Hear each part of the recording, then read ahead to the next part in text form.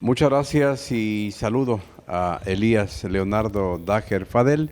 Él es el presidente de la Asociación Mexicana de Escuelas Particulares. Ya estamos en víspera del regreso a la educación.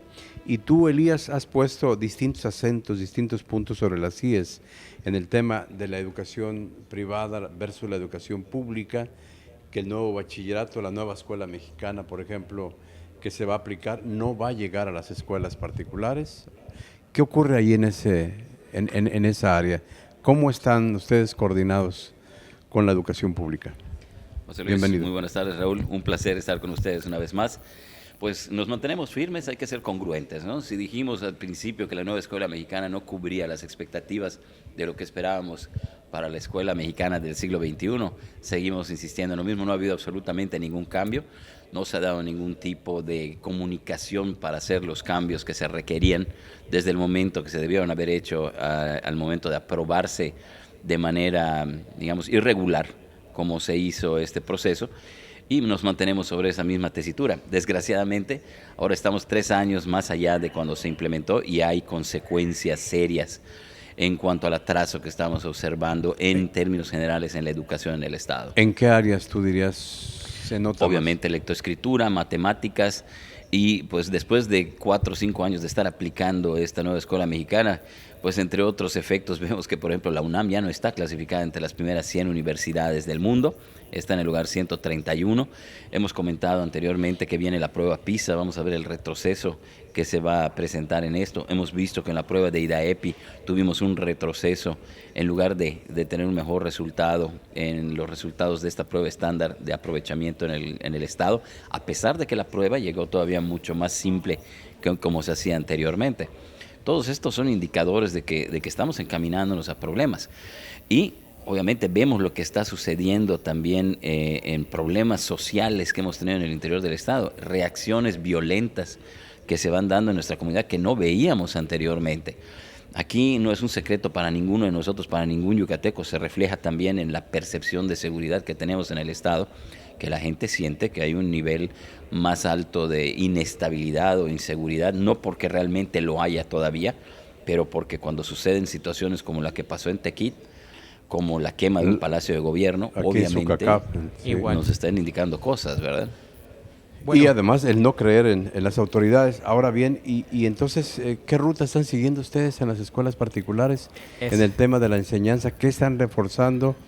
Porque yo entiendo que en buena parte de esas escuelas intentan mirar al mundo, mientras la educación pública en México se mira a sí mismo, se mira al ombligo. Nuestro primer objetivo ha sido, llevamos 1 año y medio desde que se acabó la emergencia de la pandemia, terminó a mediados del 2023 y todavía estamos en el 2025. Parece que fue hace mucho tiempo, pero no fue así. ¿Cómo reforzar esa parte? Ahora podemos decir que ya logramos superar los rezagos educativos en nuestras escuelas. Hemos podido ya alcanzar los rezagos, hemos podido eliminar los rezagos educativos en nuestras escuelas. Empezamos a ver regresar algunos alumnos que se habían ido. Esa es una gran ventaja.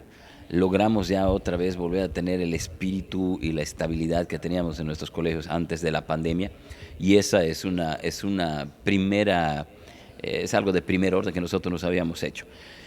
Trabajamos obviamente en la comunicación entre nosotros mismos, hemos utilizado todavía los libros que existían antes de que se diera esto. Trabajamos en actualizar la información que le damos a nuestros alumnos, buscando información actual de todos los nuevos descubrimientos que se van presentando. Nos sirve mucho la red.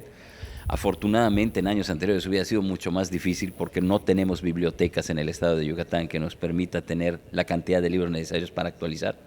Pero hoy en día, gracias al Internet, tenemos acceso a muchísimas redes de comunicación para poder trabajar y actualizar todo el material que estamos dando, a pesar que es un programa de estudios que se dio hace 2 o 3 años, y eso se está demostrando en estas habilidades matemáticas y de lectura en nuestros alumnos. A veces, para complementar un poco, ¿ustedes tienen alguna línea de libros o opciones que les dan, o ellos podrían elegir? Pues nosotros tenemos libros distintos a los que lleva la Secretaría de Educación Sí, Pública. porque los que vienen están pues como patéticos. platicábamos, leyendo algunas de las páginas, se ven situaciones que no solamente están mal, sino que mandan mensajes que no son reflejados a lo Por que es nuestra ejemplo, la sociedad. gente pone atención cuando se da algún ejemplo de esto. Sí, como no, o sea, hay ejemplos claros, cuando te muestran que las órbitas de los planetas no son las mismas que deberían ser, ni tampoco están en el orden que deben de ser, solamente por decir que es una representación artística, eso no lo entiende un niño pequeño, tendría que conocer el contexto de las cosas para poder saber lo que es. Hablábamos nosotros de cómo habla de la creación de los cerros, por ejemplo. Y menciona que el hecho de tener en partes masculinas convierte a un ser en un monstruo, sin dar mayores explicaciones. Estos son solamente dos ejemplos mínimos, errores en cálculos matemáticos dentro de los mismos libros, en la forma en la que están explicando el contenido ejemplos. muy pobre, ¿eh? Contenido muy pobre, mucho menos, un 35% menos de contenido matemático, demasiada transversalidad, no hay un ancla que pueda permitir a los niños compaginar un conocimiento previo con lo que se le está pretendiendo enseñar. El hecho de que los consejos técnicos manejan las situaciones de distintas maneras, no hay una uniformidad en la forma como se están llevando todo el control de todo lo que se va enseñando. Todas estas cuestiones van abonando a crear una situación en la que el aprovechamiento no es el que debería ser. Y muchos de los maestros los veo como con los brazos caídos, porque los traen en Apáticos. actividades burocráticas, en llenar documentos, metidos en otras cosas y no en el salón. Lejos esté de mi parte comentar lo que sucede en las escuelas de nuestros compañeros públicas, pero cuando menos en el término de nuestras escuelas privadas, nosotros nos mantenemos firmes y ocupados, porque en ese sentido nosotros tenemos que mejorar lo que estamos haciendo y ahora lo estamos teniendo que hacer nosotros por nuestra cuenta y eso nos mantiene bastante ocupados, ¿no? Hay cosas que nos alarman y nosotros vemos que se está desgastando recurso que se debe estar utilizando en otra cosa. Si nosotros, por ejemplo, vemos que se regalan 322 millones de pesos en libros de texto a Cuba, al pueblo cubano se le tiene todo el cariño del mundo, pero bueno, tenemos para regalar 322 millones de pesos a libros al extranjero. Miles y miles de toneladas en combustible. Miles y miles y miles de combustible, pero bueno, en ese sentido, ¿quién aprobó esos libros? Si los entrega la CONALITEC, debieron haber sido aprobados por el contexto total de todas las escuelas. Yo supongo que más que nada les habremos maquilado. No Ahora, sabemos porque no se informó. Solamente sabemos de la cantidad que se envió, no sabemos el contenido, aunque tenemos una idea de por dónde se puede. El ¿no? último producto, ¿qué es lo que estamos entregando? No se sabe. Así es. ¿Y por qué? ¿Cuál ¿Y es la por qué? motivación? ¿Sí? Versus el mundo. Lo veremos en este 2026 cuando tengamos las pruebas de la prueba PISA. Vemos nosotros que el crecimiento en el país es casi nulo y eso tiene que ver. Y nadie reprueba. Bueno, creo que ya superamos esa parte de la reprobación. Yo creo que entendemos como maestros y también los padres de familia que no es una cuestión de reprobar o no reprobar. Cuando decimos reprobar, estamos pasando un juicio hacia el trabajo de los padres y los niños, Bueno. pero sí creo que hemos llegado ya al entendimiento de que cuando hay una necesidad de todavía desarrollar ciertas áreas de madurez de los alumnos, ya se está dando, ya se permite que se pueda dar a conocer que algún alumno necesita dedicar más tiempo y la Secretaría acepta eso en los momentos que sean Desarrollar necesarios. igual el tema de idiomas.